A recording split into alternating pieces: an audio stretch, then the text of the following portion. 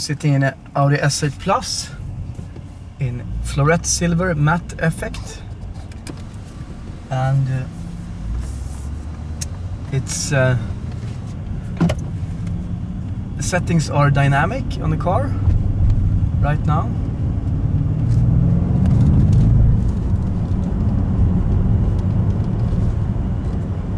And it feels so much lighter than the previous generation A8.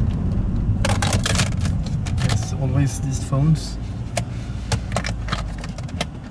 Maybe there.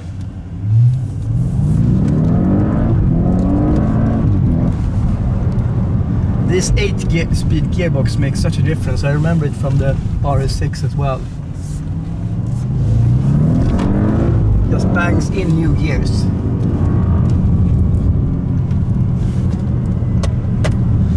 Alcantara here, Alcantara headliner. I would have preferred maybe a lighter interior, but light interior and silver cars maybe it's not something everybody prefers.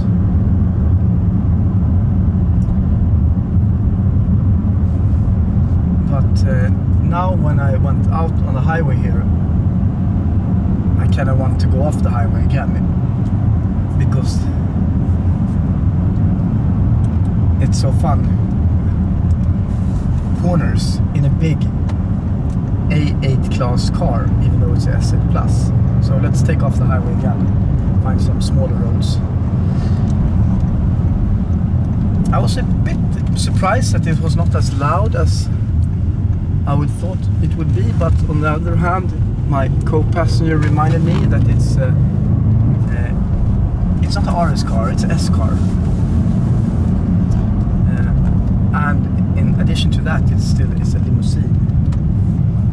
It's an A8. And of course we have a Prius in front of us. I think we need to overtake that guy.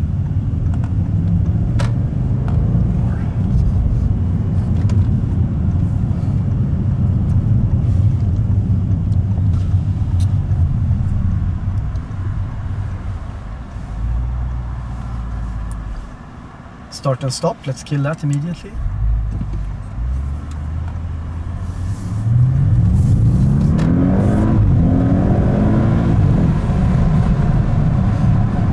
Yes, I think it's this close ratio gearbox does a lot for performance, or acceleration at least. So let's find some smaller country roads.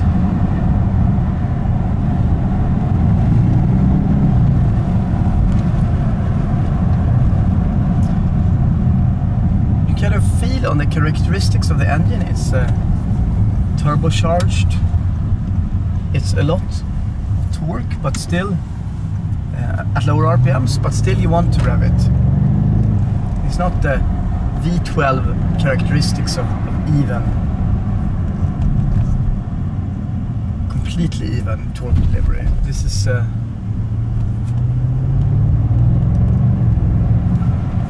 somewhat rising somewhat more exponentially. Now the window open in order to hear the sound. Let's see if we can hear some sound. We have a car here. Let's let it pass.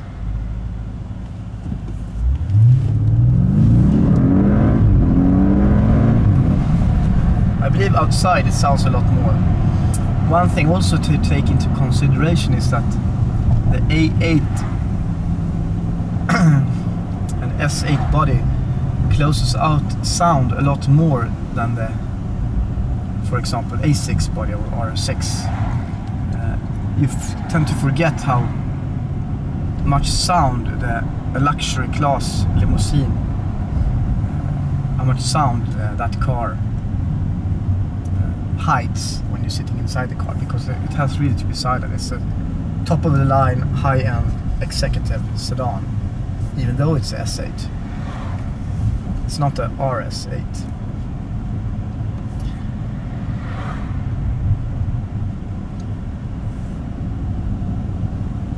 And of course we have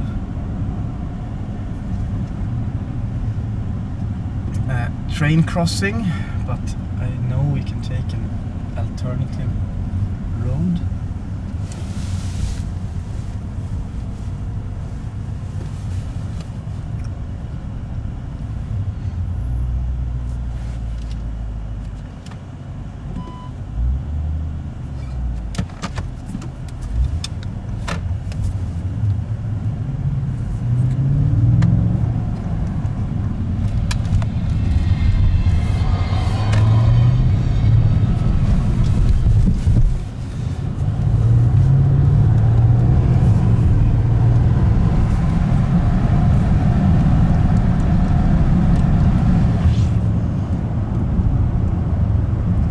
And one thing that becomes even more pronounced with the S8, which is also a bit of a problem, or like a problem, or is an issue in the RS6, is that the larger the car you have, the more it hides the speed. So you can really build up a lot of speed in this car without knowing it. But sitting in an RS3, you will know the speed a lot more.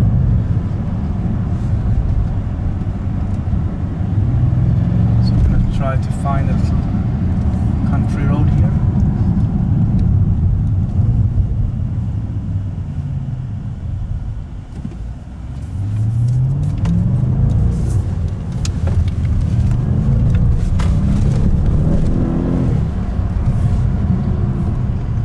But as always with the RS6 and S8 and the RS models, the grip is everywhere.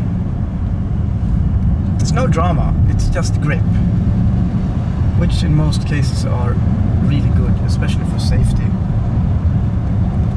I'm used to that with coming from the 911 Turbo.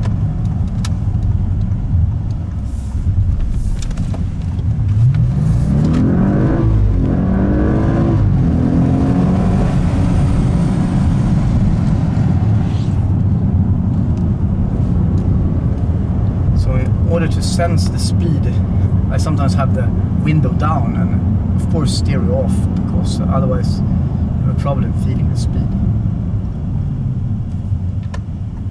or especially hearing the speed.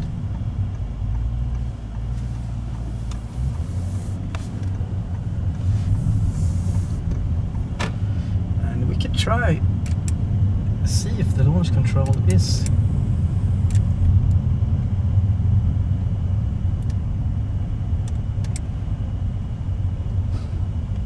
easy to activate as on the 911 Turbo.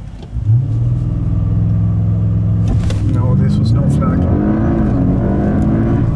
There's no launch control, but still it launched very fast.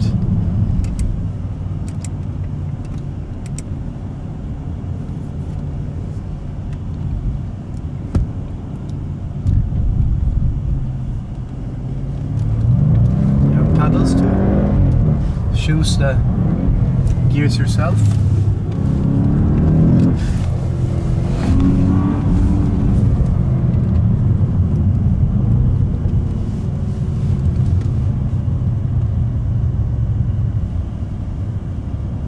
But they've done an incredible job of making such a large car as the A8 and S8 chassis to be so fun and feel so small.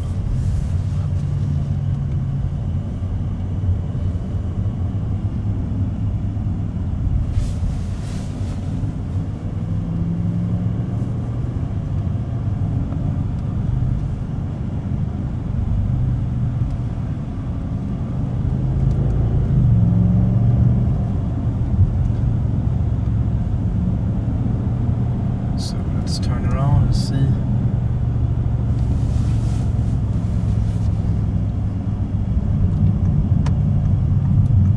If there are. Let's do the same way but reversed. You can sense that the turning radius is a lot better in the short wheelbase car.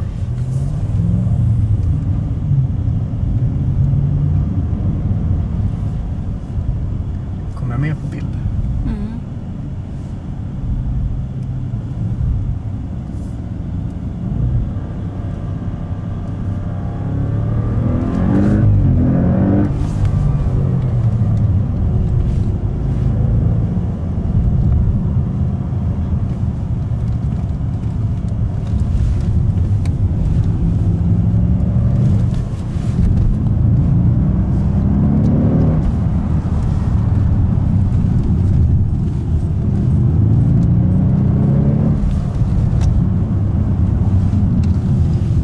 feels like a really like a small car.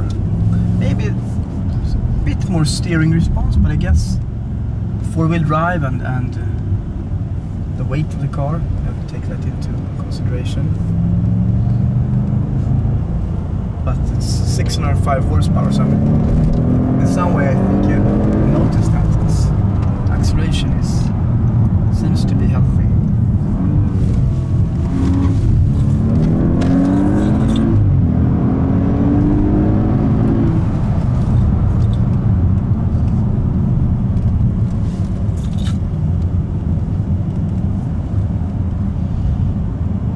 So it's kind of a feat that you want to take this car on the smaller roads, a big S8 sedan.